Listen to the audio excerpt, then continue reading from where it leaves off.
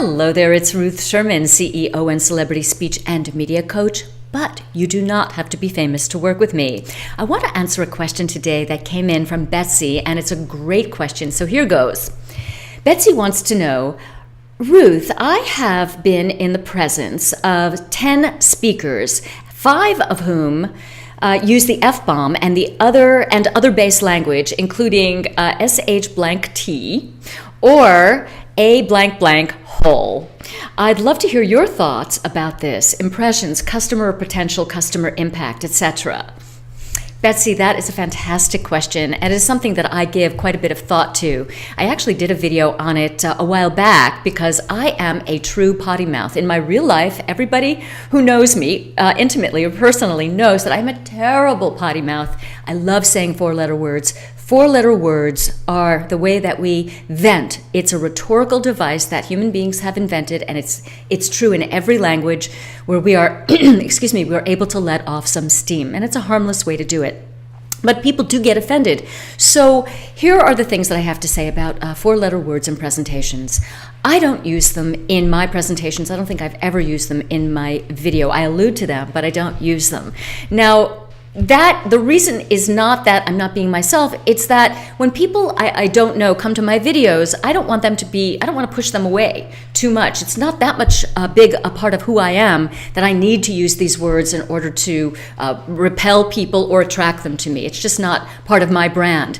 Now, there are people who, being a potty mouth, it is part of their brand, and it is a good technique if they're going to use these kinds of words to use them so that they can either attract the kinds of clients and customers who that appeals to, or whom it doesn't bother, and repel the kinds of customers and clients who they really don't want to have as customers and clients anyway. So that's another thing to consider.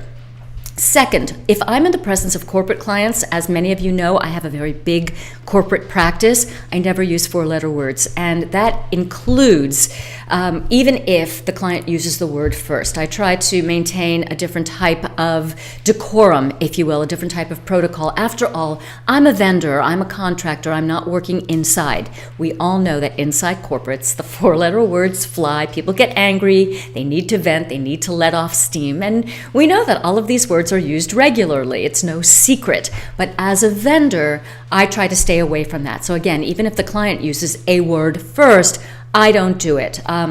So that's another thing. Third, I think it's a generational issue. I think that as the generations change, as Generation Generations X and Generation Y come up, these younger people don't have the same view of these words that people who are older, people in my generation, boomer generation, do. So it really is generational to some extent.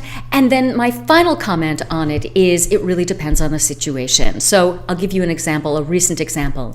I was asked to speak on the main stage of a very well-known speaker.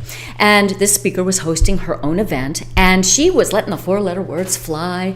And so I wouldn't generally use a 4-letter word, but I knew when I got up there that if I used that word, it would not only did I have permission to do it because she had already opened the door and nobody was walking out, but that if I did use a 4-letter word, it would endear her audience to me even more. So even though it's not my habit to do it, I did do it in that case, but I am very careful and very cognizant of my audience.